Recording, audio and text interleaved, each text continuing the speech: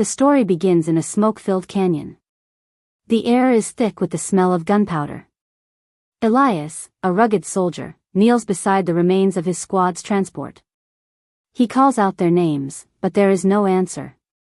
He is the only one left standing, clutching a tattered unit patch as the sun sets over the battlefield. Elias returns to the military base, expecting a hero's welcome or at least a chance to mourn. Instead, he is met by men in dark suits.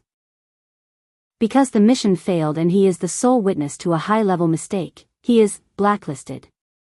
His military record is deleted, his pension is frozen, and he is cast out into the world with nothing but a warning to stay silent. Elias wanders the neon-lit streets of a city he doesn't recognize. He struggles with civilian life. The noise of a car backfiring sounds like a sniper, and the crowds feel like enemies. He decides to hit the reset button. He moves to a small, green town, changes his name, and takes a job hauling lumber, using the physical work to drown out his memories.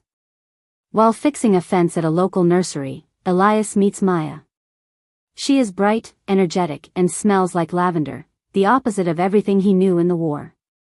She sees the sadness in his eyes but doesn't pry. For the first time, Elias finds himself smiling at something other than a successful. Elias's military discipline makes him the best employee the town has ever seen. He transitions from manual labor to a high-level logistics manager at a major firm. He's no longer the soldier, he's the professional. His life is becoming stable, and his bank account is finally full. On a hilltop overlooking the town, Elias proposes to Maya. He tells her he had a rough past, but wants a bright future. She accepts. The wedding is a beautiful, sunny event. Maya gives birth to identical twin girls, Clara and Alara. Holding two tiny lives in his arms, Elias realizes that his hands, which once held weapons, are now meant for cradling his daughters. The war feels like a different lifetime. One evening, a man from Elias's past, a former commander, appears at his office. He tries to pull Elias back into a black ops job, threatening to reveal his blacklisted status. Elias doesn't flinch. He uses his new corporate influence and legal connections to shut the man down, proving that his new life is stronger than his old life. Years pass.